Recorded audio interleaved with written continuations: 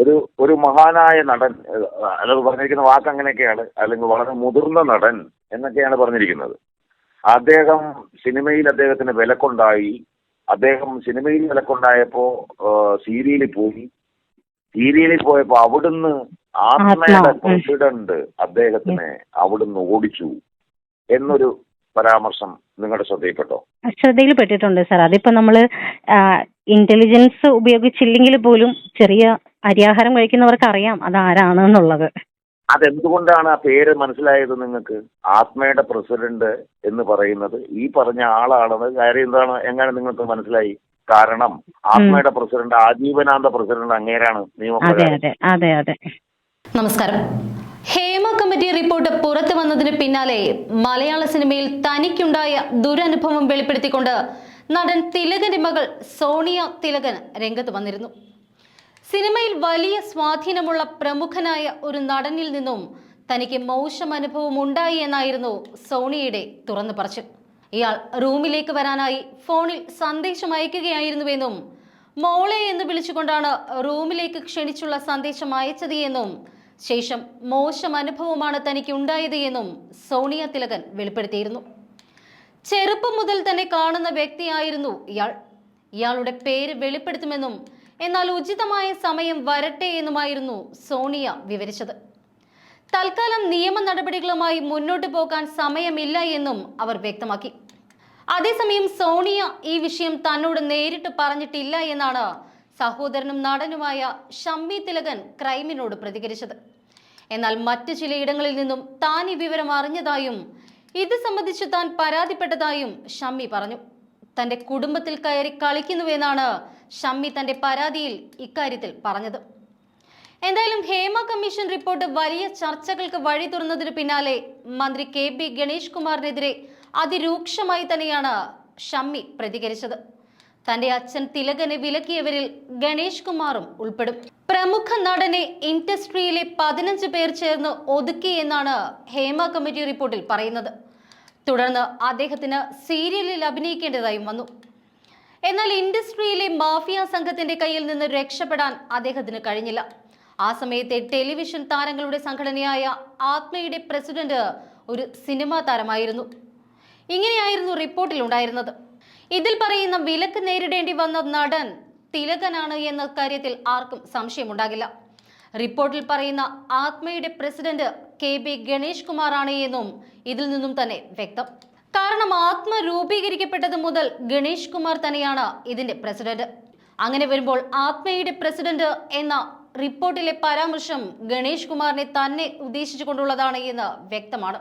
ഈ വിഷയത്തിൽ വിനയന്റെ നിശബ്ദതയ്ക്കെതിരെയും ഷമ്മി തിലകൻ ആഞ്ഞടിച്ചു. അധികാരം കൈയാളുന്നവരെ കുറിച്ച് അറിയാമെന്നാണ് വിനയൻ പറഞ്ഞത്. അദ്ദേഹം എന്തുകൊണ്ടാണ് പക്ഷേ അത് വെളിപ്പെടുത്താത്തത് എന്ന് ഷമ്മി ചോദിക്കുന്നു. തിലകന്റെ വിലക്കിനെ ഉപയോഗിച്ചുകൊണ്ടാണ് വിനയൻ തന്റെ കേസ് സുപ്രീം കോടതിയിൽ വിജയിപ്പിച്ചത് എന്നും ഷമ്മി പറഞ്ഞു. എനിക്ക് താങ്കളുടെ അനിയത്തി മീൻസ് സിസ്റ്റർ പറയുണ്ടായല്ലോ ഒരു പ്രമുഖ നടൻ ഇങ്ങനെ മോശമായിട്ട് ബിഹേവ് ചെയ്തു എന്നാ. അപ്പോ അങ്ങനൊരു കാര്യം താങ്കളോട് പറഞ്ഞിരുന്നു ആള്? ഇല്ല, എന്നോട് പറഞ്ഞിട്ടില്ല.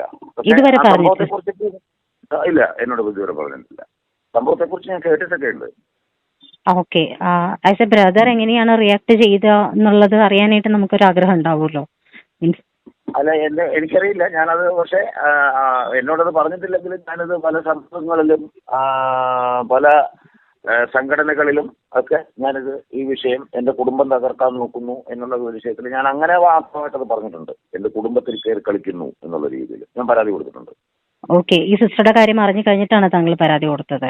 അത് സിസ്റ്ററുടെ കാര്യം അവരെന്നോട് അങ്ങനെ ഒരു വിഷയം പറഞ്ഞിട്ടില്ല. പക്ഷെ ആ സംഭവം, അങ്ങനെ ഒരു സംഭവം ഉണ്ടായി എന്നുള്ളത് എനിക്ക് മറ്റു സ്ഥലങ്ങളിൽ നിന്ന് അറിവ് കിട്ടി. ചിലപ്പോൾ സഹോദരനോടത് പറയാനായിട്ട് ചിലപ്പോൾ താല്പര്യപ്പെടുന്നുണ്ടാവില്ലായിരിക്കാം. ഓക്കെ. ആളെ പറ്റിയിട്ടുള്ള പേര് അവര് വെളിപ്പെടുത്താത്തിടത്തോളം ഞാൻ സാറിനോട് ചോദിച്ചത് ബുദ്ധിമുട്ടിക്കുന്നില്ല. അത് പറയാനായിട്ട് ഞാനും ബാധ്യതല്ല. കാര്യം ഞാൻ ഓൾറെഡി അതിനെ കുറിച്ച് ഞാൻ പരാതി കൊടുത്തിട്ടുള്ള ആളാണ്. പരാതി എന്ന് പറഞ്ഞാൽ ആളുടെയും പേര് വെച്ചല്ല ഞാനും കൊടുത്തിരിക്കുന്നത്. എന്നോടും അവര് ഇന്ന ആളാണെന്ന് പറഞ്ഞിട്ടില്ല. എനിക്കും സംശയമേ ഉള്ളൂ ഇങ്ങനെ ഒരാളായിരിക്കാം എന്നൊരു സംശയം മാത്രമേ എനിക്കുള്ളൂ. പക്ഷെ ഇപ്പൊ എല്ലായിടത്തും നമ്മളിങ്ങനെ സംശയങ്ങളുടെ ഒരു അതുകൊണ്ട് തന്നെ പേര് വെച്ച് ഞാൻ അവിടെ ഒരു പരാതി കൊടുത്തിട്ടുമില്ല. ഞാൻ ഇങ്ങനെയാ പറഞ്ഞിരിക്കുന്നത്, എന്റെ കുടുംബത്തിൽ കയറി കളിക്കുന്നുണ്ട്, അത് ബുദ്ധിമുട്ടുണ്ടാക്കുന്നുണ്ട് എന്ന രീതിയിൽ തന്നെ ഞാൻ കൊടുത്തിട്ടുണ്ട്. ഇപ്പൊ നമ്മളിപ്പോ വന്നിരിക്കുന്ന റിപ്പോർട്ടിലടക്കം പലതിലും സംശയങ്ങൾ ഓരോന്നും ഹൈഡ് ചെയ്ത് വെച്ചോണ്ട് ഇരകളുടെയും പ്രതികളുടെയും ഒക്കെ ഹൈഡ് ചെയ്ത് വെക്കുമ്പോൾ പലരിലേക്കും സംശയത്തിന്റെ ഒരു നിഴല് നീളുകയാണല്ലോ ചെയ്യുന്നത്. മീൻസ് നല്ലത് ചീത്തത് എന്ന് പറയുന്നില്ല, എങ്കിൽ പോലും നല്ലവരിലേക്കും ആരാണെന്നുള്ള പല രീതിയിൽ ഇങ്ങനെ ഊഹാപോഹങ്ങൾ വരുമ്പോൾ അത് എല്ലാത്തിനെയും മൊത്തത്തിൽ അടച്ചൊരു ഇതായിട്ടല്ലേ വരുന്നത്. ഐശ്വര്യ, അതൊരു ഊഹാപോഹം മാത്രമല്ലല്ലോ. അതിനകത്ത് ഞാനത് മുഴുവൻ വായിച്ചിട്ടില്ല. കാര്യം അത് വായിക്കാനായിട്ട് എനിക്ക് തോന്നിയില്ല, അത് തന്നെയാണ് പ്രധാന കാരണം. പക്ഷെ പല നിങ്ങള് ന്യൂസ് ചാനലുകാർ പലരും അതിനെടുത്ത് ഇങ്ങനെ വിശകലനം ചെയ്യുന്നതെന്നും ചർച്ചകളിൽ നിന്നും ഒക്കെ മനസ്സിലായ കുറെ പോയിന്റ്സ് ഉണ്ട്. അതിനകത്ത് വ്യക്തമായിട്ട് തന്നെ ആൾക്കാരുടെ പേര് പറഞ്ഞിട്ടില്ലെങ്കിൽ ഇന്നയാളാണ് എന്നുള്ള ബോധ്യം കൃത്യമായിട്ടുണ്ടാകുന്ന പോയിന്റ്സുകൾ അതിനകത്ത് പറഞ്ഞിട്ടുണ്ട്.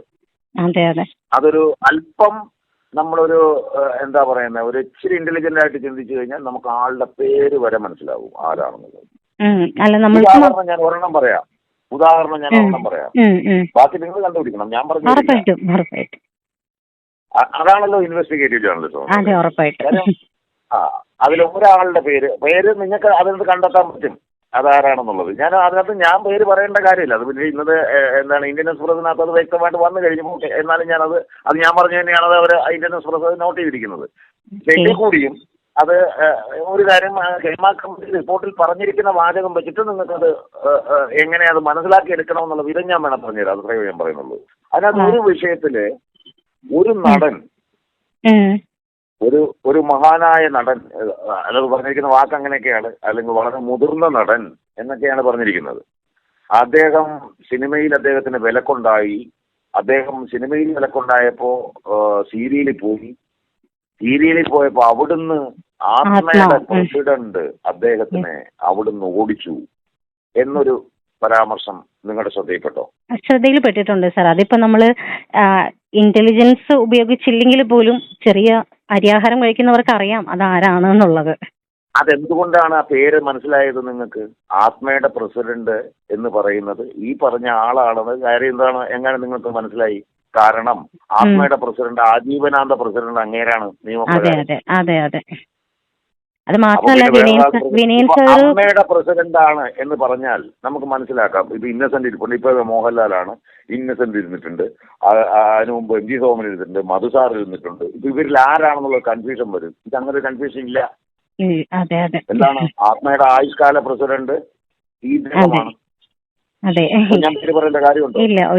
വ്യക്തമാക്കാനായിട്ട് തെളിവുകൾ വേറെ വേണോ? ഇല്ല, അങ്ങനത്തെ കാര്യങ്ങൾക്ക് നമ്മൾക്ക് തെളിവുകൾ വേണ്ട. പക്ഷെ എങ്കിൽ പോലും മറ്റു പല ആരോപണങ്ങൾ എന്നല്ല, മറ്റു പല വെളിപ്പെടുത്തലുകളിലും ചിലർക്ക് ഇന്ന ആളാണെന്ന് മനസ്സിലാകുമ്പോൾ പോലും ഇവരെയൊക്കെ എന്തിനാണ് സംരക്ഷിക്കുന്നത് എന്നുള്ളൊരു ചോദ്യം വരുന്നുണ്ട്. എന്തിനാണ് നമ്മൾക്ക്? അതിലേക്ക് വരാം. ഇപ്പൊ നമ്മളിപ്പോ പവർ കമ്മിറ്റിയിൽ 15 പേര് പവർ അംഗങ്ങളെന്ന് പറഞ്ഞതിനകത്ത് ഒരാളെയാണ് നിങ്ങൾക്ക് മനസ്സിലായിരിക്കുന്നത്. ബാക്കി 14 പേരുണ്ട്. അതിലെ എന്തെങ്കിലും സാധ്യതകൾ അതിനെ കുറിച്ച് പറഞ്ഞിട്ടുണ്ടോ എന്നുള്ളതാണ് അടുത്ത വിഷയം. ഞാൻ ഓരോന്നിലേക്ക് വരാം. നമ്മൾ എല്ലാത്തിലും കയറി പോയി കഴിഞ്ഞു കഴിഞ്ഞാൽ ഒന്നും മനസ്സിലാകാത്ത ഒന്നും ഇല്ലാതായി പോകും. ഇല്ലേ? 14 പേരുടെ കാര്യം പറയുന്നില്ലേ? 15 തിരിച്ചറിയാം. 15 പേരാണ് പറയുന്നത്. 15 പേര് അല്ലേ? 15 പേര് ഒരാളിപ്പോ റിവീലായല്ലോ. ഒരാളാരാന്ന് മനസ്സിലായല്ലോ. പവറുള്ള ആൾക്കാരാണല്ലോ പവർ അംഗം എന്ന് പറയുന്നത്. അപ്പൊ അതിലൊരാള് വ്യക്തമായി അയാളാണ് ആരാണെന്നും അത് അദ്ദേഹത്തിന്റെ പല ഇന്റർവ്യൂകളിലും ഈ സംഘടന ഉണ്ടാക്കിയത് ഞാനാണെന്നും എന്റെ കാശ് കൊണ്ടാണ് എന്നൊക്കെ പറഞ്ഞതും അതൊക്കെ ഇങ്ങനെ കിടക്കുന്ന എന്താണ് നെറ്റിൽ കിടപ്പുണ്ട്. അതുപോലെ തന്നെ മലയാള സിനിമ പുള്ളിയുടെ ഒരു കത്ത് സംഘടനയ്ക്ക് കൊടുത്ത് ഞാനും ഇതിനെല്ലാത്തിനും പിരിച്ചുവിടും, മറ്റേ മുഖ്യമന്ത്രിയുടെ ഫണ്ടിലേക്ക് ഈ കാശെല്ലാം എടുത്ത് അടയ്ക്കും എന്നൊക്കെ പറഞ്ഞുകൊണ്ടുള്ള ഒരു ലെറ്ററും നെറ്റിക്കിടന്ന് കളിക്കുന്നുണ്ട് എന്നുള്ള കാര്യം മനസ്സിലാക്കാം. അപ്പൊ ഇതെല്ലാം കൂട്ടി വായിക്കുമ്പോ ഒരു പവർ കമ്മിറ്റി ഈ അംഗത്തില് ഒരാളെ വ്യക്തമായില്ലേ? 15-ൽ 1. പിന്നെ ബാക്കി 14 പേരല്ലേ ഉള്ളൂ. ബാക്കി വെറും 14 പേരല്ലേ ഉള്ളൂ. ആ 14 പേരിലേക്കുള്ള വിരൽ ചൂണ്ടല് അതിനകത്ത് മറ്റൊരു സ്ഥലത്ത് പറഞ്ഞിട്ടുണ്ട്.